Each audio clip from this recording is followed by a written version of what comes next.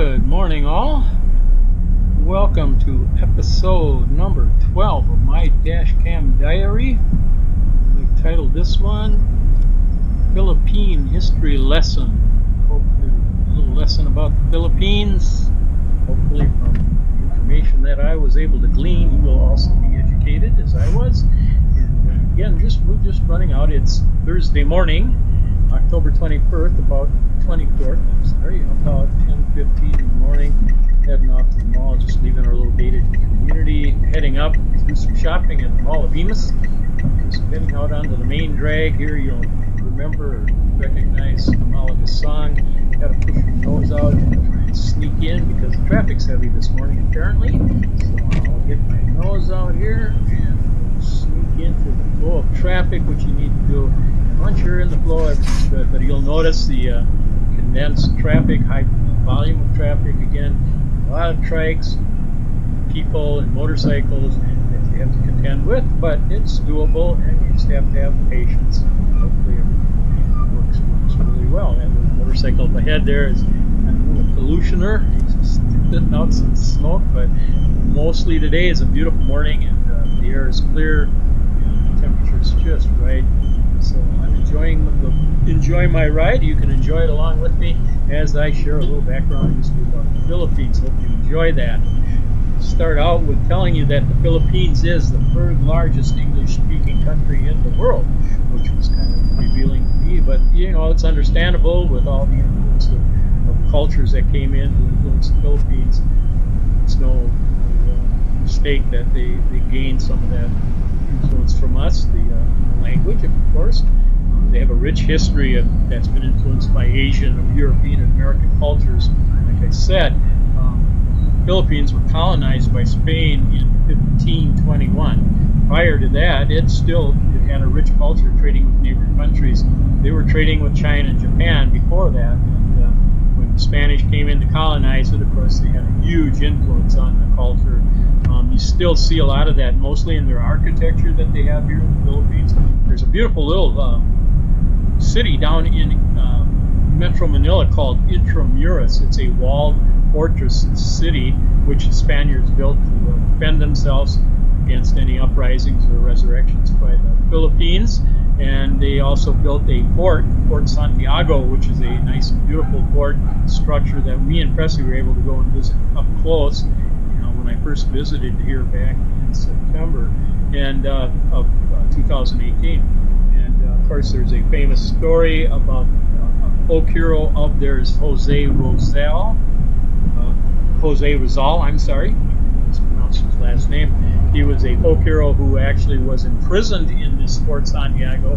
He was doing a quiet revolt and rebellion, trying to get people to protest the Spanish incursion. And so he got thrown in jail, and they ended up taking him from the jail. They have his footprints marked out. He had to walk by himself with no help. He walked to the town of Luneta, which is a ways away, and there they executed him in front of everybody as a sign of don't do that, don't protest. And he ended up being a real folk hero. He was a martyr for the Philippines. It helped them actually gain a lot of strength to be able to do. For 350 years, in fact, they rose up against the Spaniards. They had up to 300 different rebellions, due in a large part to people like Jose Rizal and Emilio Aguinaldo, very famous folk heroes here. They're not folk, they're real heroes. And they love their heroes and they love their history and the influence these men had. Anyway, they were able to restore their independence in 1898 after the rebellions. But interesting fact I didn't know is right after the Spanish-American War, which was in 1898, which lasted only 3 months, 3 weeks, and 2 days, the Spanish ended up ceding their colonizing of the Philippines, and the Philippines became the first and only colony of the United States. This is something I didn't know. That following year, in 1899, the Philippine-American War broke out, and it lasted for 3 years, 4 months, and 4 weeks between 1899 and 1902. Americans eventually won that war, and they, after the war, the Americans brought widespread education to the Philippines. People also brought in religious influences with the Catholic religion, very, very big here in the Philippines, but also in the language. What most Americans will remember best, however, is how the Americans fought alongside the Philippines during World War II. Now, in two of the island's most famous battles, Bataan and of course Corregidor. Corregidor is a beautiful island just west of Manila, about 7.5 miles.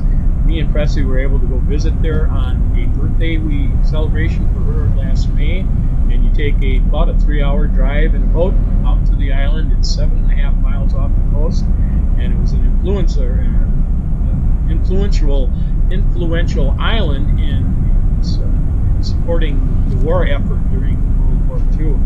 Japanese held it for a while, but you also remember that the famous quote by General Douglas MacArthur when he had to leave the Philippines in the middle of the war because he had to go fight in the Pacific and had to leave the islands, but he promised them that he would return, and that promise to the Philippines is what kept them going to fight, and they were hopefully expecting him to return. So during that time when General MacArthur was gone, Filipinos had to fight the Japanese on their own. So they were battling the Japanese as we were fighting the Japanese in the Pacific. They were fighting in their own island here. And they ended up spending 4 long years in guerrilla warfare from approximately 1942 to 45. But in 1945, the U.S. did return under the direction of General MacArthur. And with the Filipino Army, they did retake the Philippines from the Japanese on July 4th, which is coincidental, maybe not. On July 4th in 1946, the Republic of the Philippines was established. The Philippines finally received their freedom and their independence. A little geography lesson about the Philippines. It's made up of approximately 7,107 islands, although in 2017 they added a few more islands, and it's now up to 7,641 islands, and that's due in most part to the seismic activity and volcanic activity of these islands. The islands are considered an archipelago, which is just a name for a group of islands. Its total land mass is approximately 117,000 square miles. On the west border of the islands is the South China Sea, and to the east we have the Philippine Sea, and to the south is the Celebes Sea, which I've never heard of before. The closest neighbors here are Borneo to the southwest, and Taiwan to the north. Of course, we have China and Thailand and Japan, as well as the Indonesian islands too that are neighbors. But because of the location of these islands, the Philippines is very mountainous, and it's also seismically active.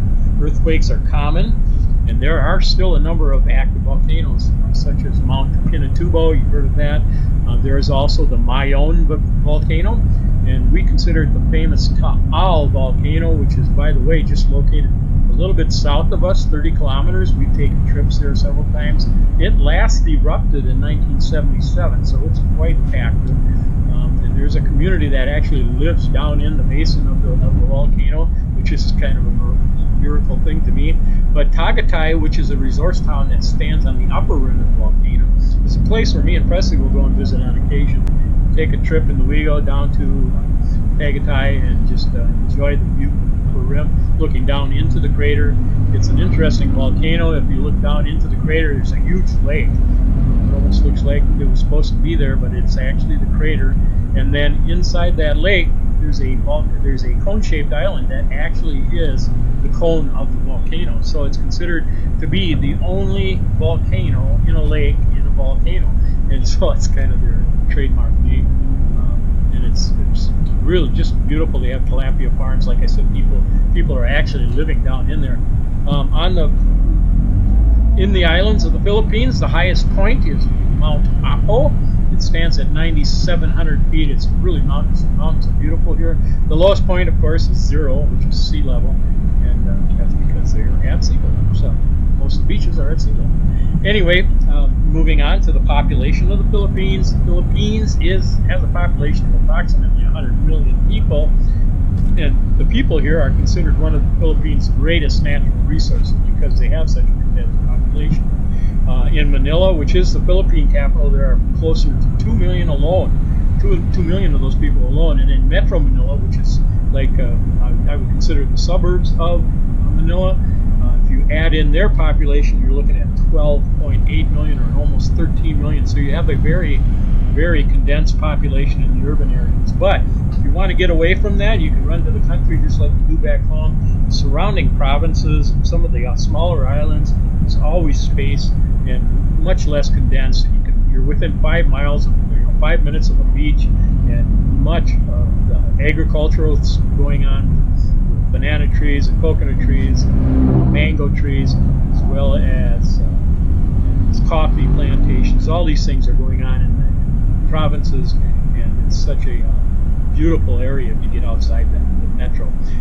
They have an annual growth of 2%. The Philippines is one of the fastest growing countries in the world. Rightly so. There's a lot of expats who come here, foreigners who come to stay and live because the cost of living is so low and it's such a beautiful country, and you're just getting a lot of immigration from other countries. So beautiful growth potential for the country. They are learning from that and adjusting to it quite well. Lastly, I'll finish with this, the climate. Because the Philippines is almost on the equator, the climate, of course, is quite tropical. November to February are considered the coolest months, so if you're coming to visit, I would suggest you come between November and February. Cool is kind of sequential. It's cool means 80, 85, but it's still cooler than the normal time of year. If you come in March to May, you're looking at the summer months, and that's much more hot. It can get extremely hot.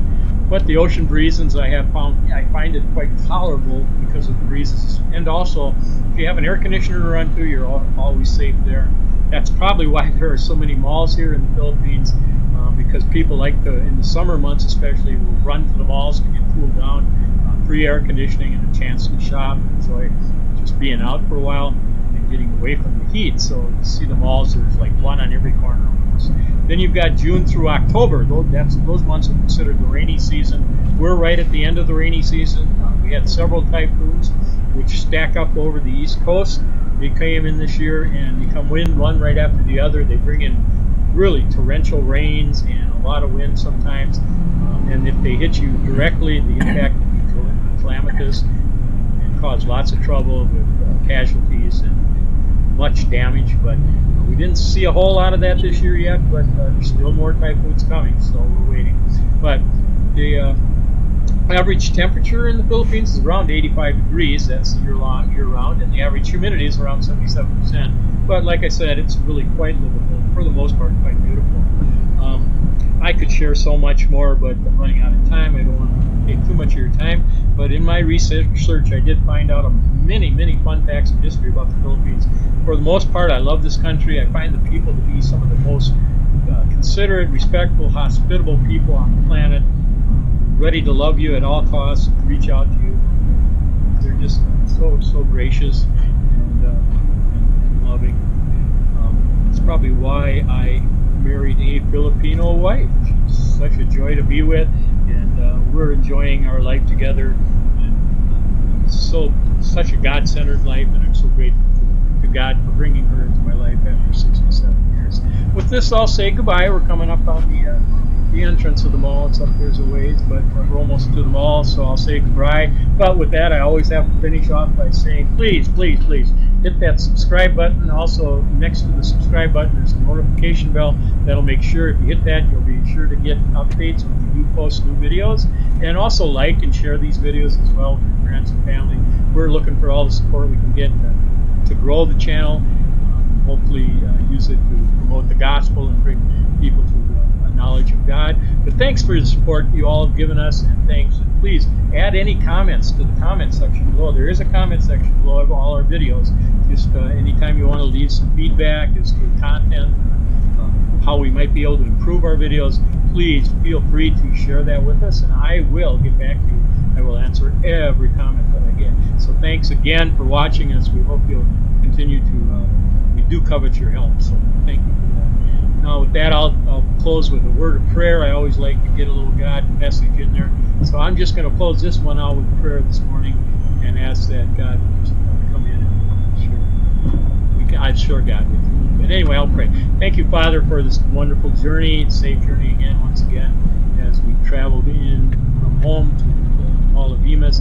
Thank you for your presence in my life, my wife's life, how you're continuing to grow the love for us, for each other as well for others. We do lift our support community up to you, Lord. We ask that you would be with them. Those who don't know you, I pray that you would draw them to yourself, and they would come to a saving knowledge of you. Those who do know you, I just pray they would increase their faith through our messages. Lord, I just pray that our love for you comes through these videos, and that people would sense that love and be drawn to you through it. It's a true love that extends beyond all factors you can think of, eternal love and your eternal saving grace, and we are grateful to you for that. So again, thank you, Father, for being with us. Bless our listeners, bless our followers, and just bless our time together until we meet again.